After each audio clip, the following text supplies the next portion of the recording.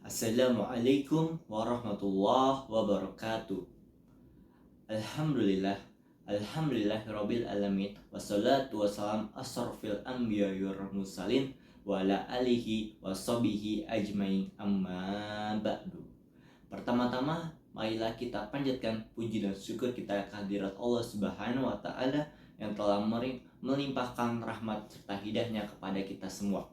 Tak lupa salawat serta salam kita hadirkan kepada Nabi kita, Nabi besar Muhammad Sallallahu Alaihi Wasallam yang telah membawa kita dari zaman kegelapan menjadi zaman terang benderang seperti saat ini. Sebelum saya masuk ke topik, saya akan memperkenalkan diri saya terlebih dahulu. Perkenalkan, nama saya Fadil Mahmud dari kelas 11 MIPA 1. Hari ini saya akan berceramah tentang Ghuzul Fikri. Banyak yang menganggapan bahwa zaman sekarang adalah zaman yang aman, tentram, damai, tidak seperti zaman dahulu yang terjadi peperangan di mana-mana. Tetapi Anda harus ketahui bahwa peperangan itu akan selalu ada dan tetap ada sampai hari kiamat nanti. Peperangan zaman sekarang ini tidak seperti zaman dahulu yang peperangan secara fisik atau militer. Peperangan zaman sekarang ini ada peperangan secara ideologi, sosial, budaya, ekonomi, dan peperangan secara Ghuzul Fikri atau perang secara pemikiran. Ghuzul Fikri merupakan dua gabungan bahasa Arab.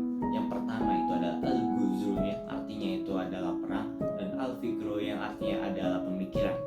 Jadi secara bahasa Ghuzul Fikri adalah perang pemikiran. Dan menurut secara istilah, Ghuzul Fikri adalah perang secara pemikiran yang dilancarkan oleh musuh-musuh Islam dan pengikutnya untuk menjatuhkan Islam. Ghuzul Fikri ini sudah diisyaratkan dalam Al-Quran. Ayatnya sebagai berikut. A'udzu billahi minasyaitonir rajim. Bismillahirrahmanirrahim.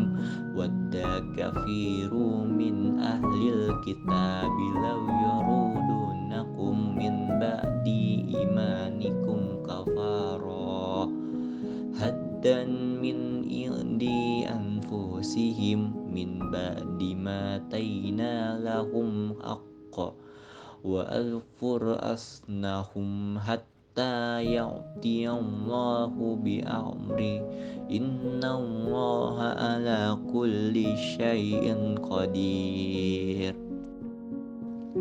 Artinya, banyak di antara ahli kitab menginginkan sekiranya mereka dapat mengembalikan kamu setelah kamu beriman, menjadi kafir kembali karena rasa dengki dalam diri mereka.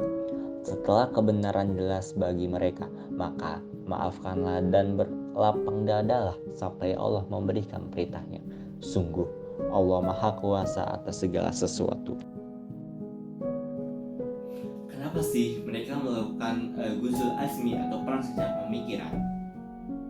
Mereka melakukan perang secara pemikiran karena mereka menganggap bahwa kaum muslim adalah musuh mereka dan selama-lamanya akan menjadi musuh mereka, kecuali jika kaum muslim itu keluar dari agama mereka.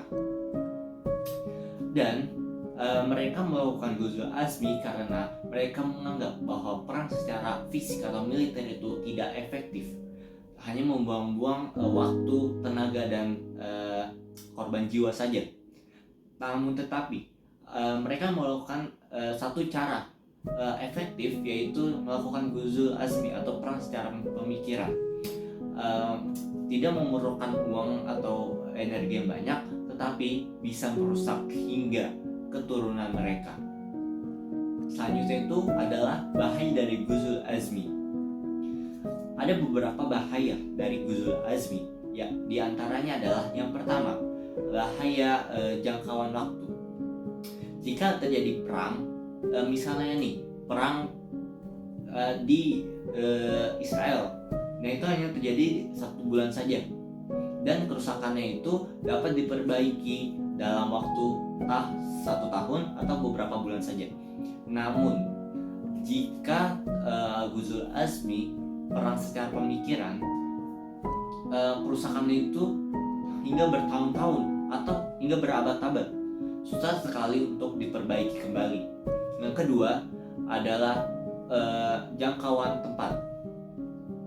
Jika terjadi perang, hanya daerah situ saja yang terkena perangnya atau terkena dampaknya. Namun jika Ghazul Azmi itu dampaknya itu tidak hanya di pusatnya aja, namun luas hingga ke daerah-daerah lainnya. Yang ketiga itu adalah jenis kerusakannya. Jika kita terjadi perang, kerusakan itu seperti seperti cacat, korban jiwa dan lain-lain. Namun jika Ghazul Azmi, kerusakannya itu seperti akhlak, akidah, pemikiran, budaya dan lain-lain. Selanjutnya itu adalah sarana dari Ghazul Fikri. Ada beberapa sarana dari Ghazul Fikri. Antaranya yang pertama itu adalah style atau gaya. Anak muda zaman sekarang itu lebih suka model style itu, yaitu ke barat-baratan atau western, daripada ke timur-timuran yang diajarkan oleh agama mereka.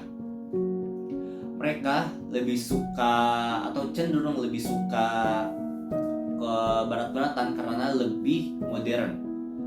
Contohnya itu rambut itu di spike, terus itu ditato, aurat itu diumbar-umbar, dan yang lebih parahnya lagi, laki-laki itu menyerupai wanita dan wanita itu menyerupai laki-laki. Ini tidak boleh karena sudah tertuang dalam hadis riwayat Abu Daud nomor 4031, bunyinya itu seperti ini: barang siapa yang menyerupai sebuah kaum, maka dia akan termasuk golongan yang masuk neraka. Yang kedua itu adalah song atau lagu. Banyak lagu-lagu yang dari barat itu atau dari Eropa itu memasukkan unsur-unsur satanik atau syaitan. Yang ketiga itu adalah olahraga. Olahraga ini tidak dilarang dalam Islam. Olahraga itu malah disunahkan seperti berenang, memanah, berkuda dan lain-lain. Tapi yang dilarang itu adalah bagaimana jam tayangnya. Saya banyak kita ketahui bahwa jam tayang bola itu banyak sekali jam-jam malam. Jam-jam seperti jam 2 atau jam 3. Waktu tersebut seharusnya sangat efektif untuk kita melakukan ibadah malam seperti sholat tahajud, berdoa dan lain-lain. Selain itu adalah drugs atau narkoba. Narkoba ini sangat efektif dalam merusak generasi Islam. Mereka itu ditipu dengan kenikmatan sementara. Narkoba ini sangat beredar di masyarakat. Nah, kita harus memilih-milih tempat agar kita terhindar dari narkoba tersebut. Sekian ceramah dari saya, kurang lebih mohon maaf. Kita tutup dengan kafaratul majelis. Subhanaka Allahumma wa bihamdika asyhadu an la ilaha illa anta astaghfiruka wa atubu ilaik. Wassalamualaikum warahmatullahi wabarakatuh.